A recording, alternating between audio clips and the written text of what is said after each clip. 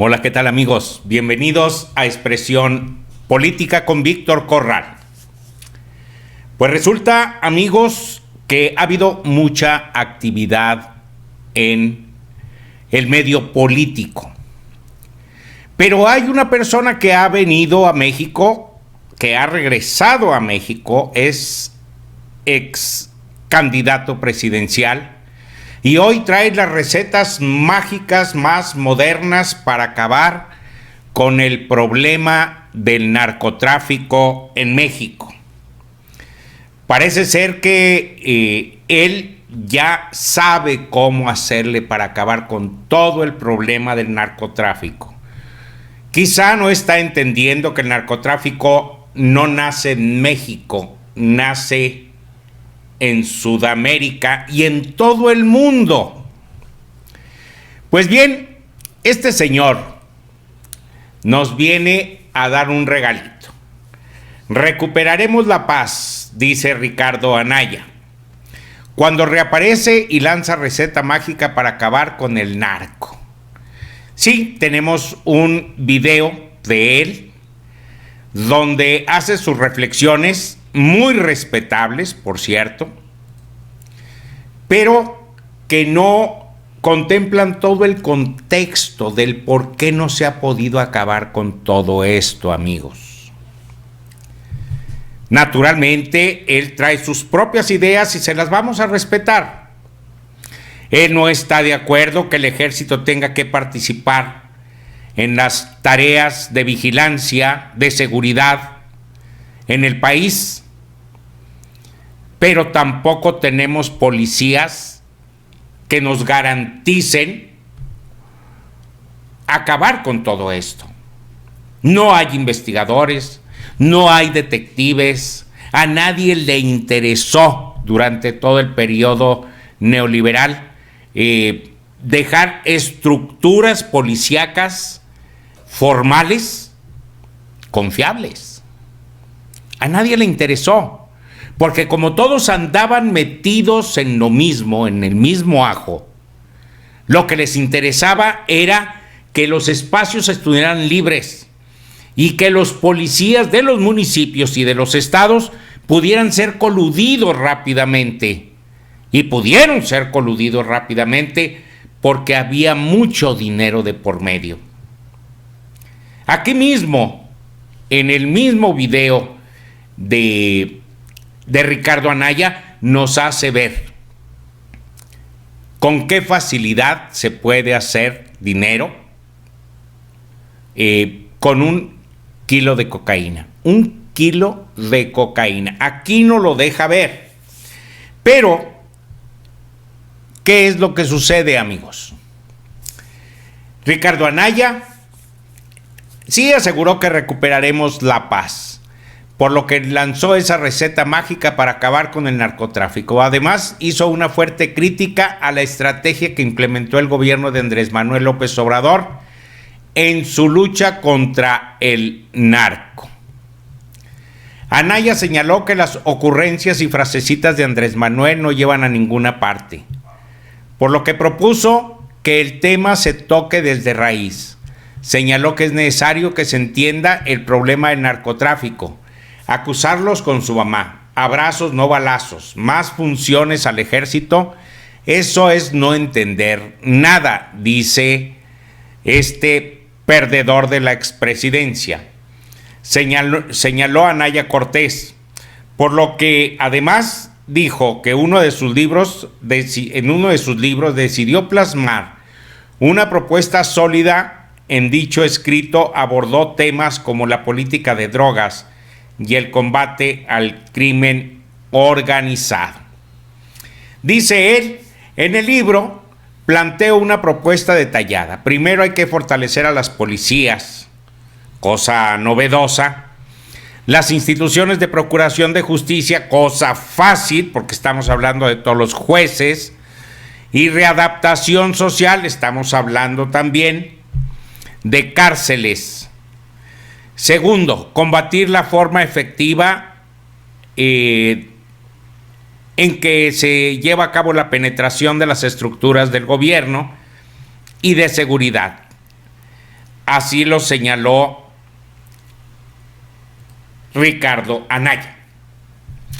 Ricardo Anaya no es ningún tonto, amigos, no es ningún tonto.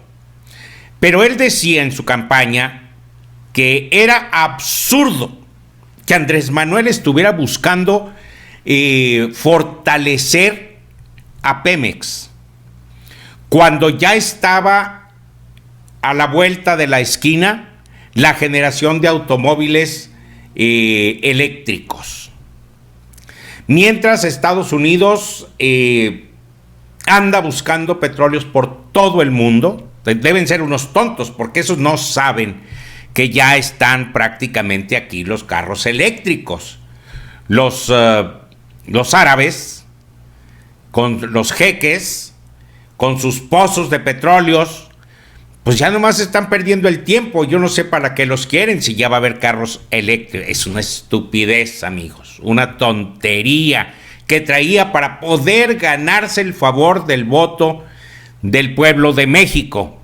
Pero caen en esos ridículos en los que, como ya tienen el compromiso que hicieron de privatizar el petróleo, recordemos que él es uno de los que recibió recursos por apoyar la reforma energética.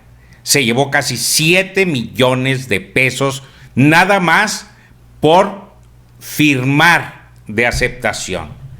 Y era el coordinador de la bancada del PAN. No se nos olvide, amigos, que todos estos pelafustanes traen una trayectoria muy sucia. Y hoy quieren venir a decirnos cómo se deben hacer las cosas. Pues hoy es cuando el pueblo ya no los quiere ni ver. Por eso vemos aquí, dice Ricardo Anaya, para resolver el grave problema de la violencia es necesario comprender el problema del narcotráfico. Las ocurrencias y las frasecitas de Andrés Manuel no llevan a ninguna parte. Bueno, pues veamos pues lo que nos dice en el video, amigos. A ver qué es lo que este señor nos puede regalar. En adición a lo que platicamos la semana pasada, si queremos resolver el problema de la violencia, necesariamente tenemos que entender el problema del narcotráfico. Porque no toda, pero sí más de la mitad de la violencia de asesinatos que está desgarrando a México está directamente relacionada con organizaciones criminales cuyo principal ingreso proviene del tráfico de drogas. Y es que esto de veras es no entender nada. Sigo llamando a que sean abrazos, no balazos. Que tengan cuidado porque los voy a acusar con sus mamás. Es una ocurrencia tras otra y la violencia está cada vez peor. Pero el problema no es nuevo. Desde 1940 ya había importantes sembradíos de amapola y marihuana en el Triángulo Dorado, donde se unen los estados de Sinaloa, Chihuahua y Durango. Pero cuando las ganancias de los narcos mexicanos realmente se dispararon, fue en la década de 1980, en que tomaron el control de la introducción de cocaína a Estados Unidos. Pero entendamos el tamaño del negocio. Va una cuenta rápida. Producir 1 kilo de cocaína en Colombia les cuesta unos $450. De acuerdo con los audios del juicio del Chapo, ¿cómo no las bajas? A 2,000. Un cártel mexicano paga unos $2,000 por ese mismo kilo. Puesto en Estados Unidos vale unos $28,000. En la venta al menudeo puede valer hasta $165,000. La derrama para toda la gente involucrada, incluyendo funcionarios corruptos, es brutal. La ganancia es de 36,000%. Son millones y millones de dólares. Si nos vamos unos años atrás, el negocio de esa droga en particular no era controlado por los cárteles mexicanos, sino por los colombianos. La cocaína no pasaba por México, sino que entraba a Estados Unidos principalmente a través del sur de Florida. Pero en 1982, el gobierno de Reagan lanza una muy fuerte ofensiva que obliga a los cárteles colombianos a cerrar esas rutas. Ahora, ¿logró Estados Unidos acabar con la introducción de cocaína a su país? Pues claro que no, pero sí nos aventaron el problema porque esa droga se empezó a cruzar por México. Uno de los primeros narcos mexicanos en establecer relaciones con los colombianos fue Miguel Ángel Félix Gallardo, líder del entonces tan dominante cártel de Guadalajara. Ahora, más que hacer un recuento, quiero destacar que desde entonces hay una historia que se ha repetido una y otra vez. Tras el asesinato de Camarena, el agente de la DEA, Félix Gallardo fue eventualmente detenido. Cuando el cártel de Guadalajara quedó descabezado, ¿se acabó el narcotráfico? Pues claro que no, porque tristemente, mientras haya demanda, alguien se va a encargar de la venta. Lo único que pasó fue que el cártel se fragmentó. Quienes eran integrantes de esa federación se separaron. Nació el cártel de Tijuana de los Arellano Félix, el de Juárez de Rafael Aguilar y Amado Carrillo, el de Sinaloa del Güero Palma y del Chapo Guzmán. Quienes antes eran aliados se empiezan a dar hasta con la cubeta y la violencia se disparó. Esa historia se ha repetido una y otra vez.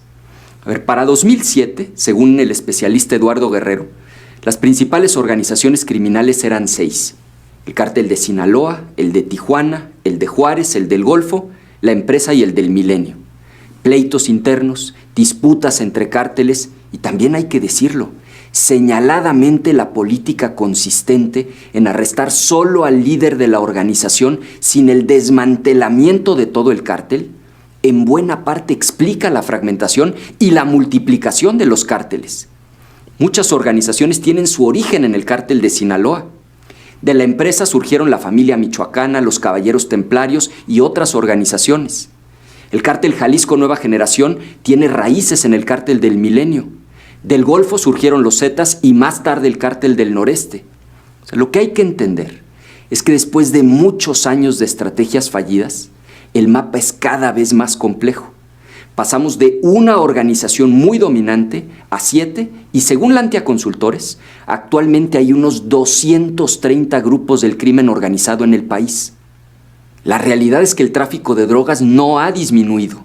La violencia está cada vez peor y se sufre en cada vez más municipios del país. Para la mayoría de estas organizaciones, el negocio principal es la venta de droga. Pero claro, en la medida en la que acumulan tanto dinero, ese dinero les da poder. Y cuando adquieren el control sobre un territorio, se empiezan a comportarse como amos y señores de la plaza. Empiezan a extorsionar a los comercios exigiendo una cuota, secuestran, controlan el robo de combustible y muchas otras actividades delictivas. Yo creo que a estas alturas está claro que seguir con más de lo mismo no es opción. Pero ¿cuál es la solución? ¿Cuál es la propuesta? El problema es muy complejo.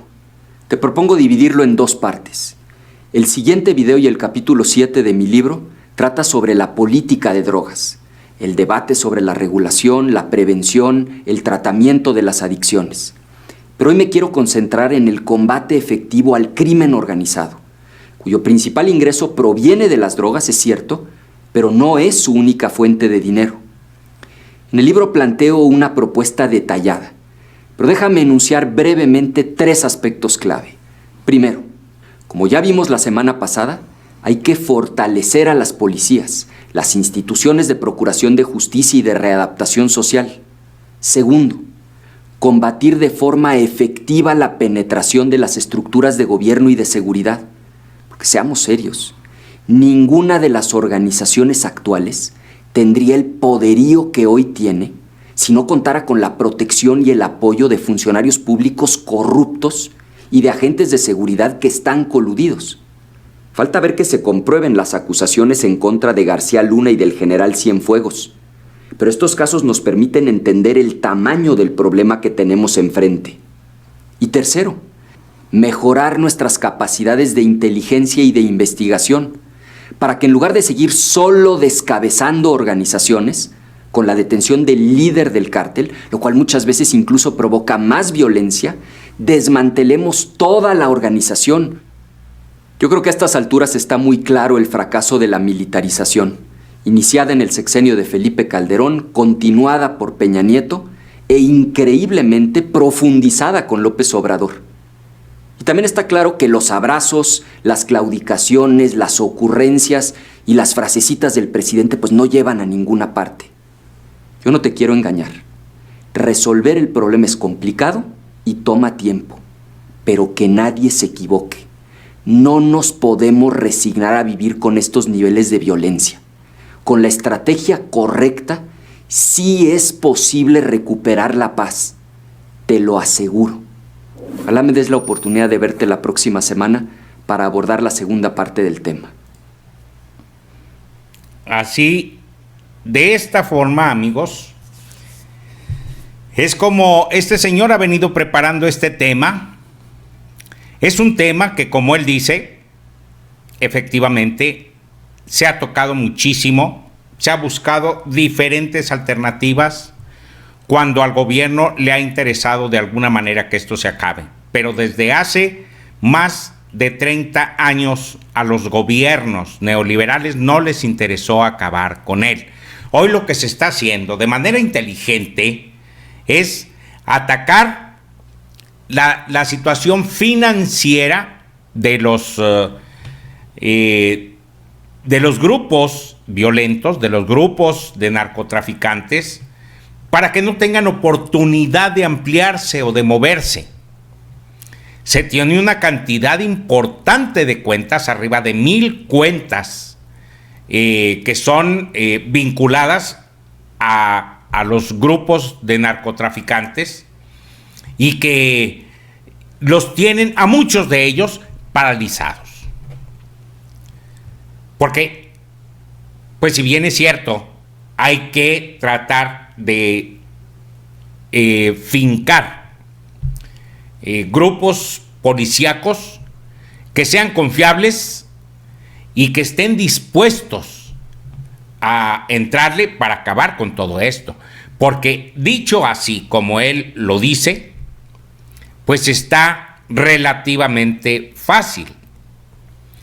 Pero entrarle necesitaría inteligencia muy importante, la inteligencia militar o la inteligencia civil, pero llevada a cabo a otros terrenos, que finalmente sería a una situación violenta. Nunca van a entregar las armas nada más porque sí, conociendo ya las entradas de dinero que tienen, las entradas de dinero por otras actividades como el cobro de piso, como el secuestro, como otras actividades, la prostitución y demás.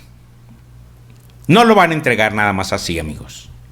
Vamos a esperar a ver qué más nos sigue regalando este señor, que pudiera ser retomado por la actual administración y pudiera ser encausado. Amigos, muchísimas gracias por estar conmigo, por apoyarme. Síganme apoyando, amigos. Vamos a seguir llevándoles información que definitivamente es valiosa, porque estamos atentos a que la información les llegue a ustedes fresca, les llegue veraz y muy oportunamente.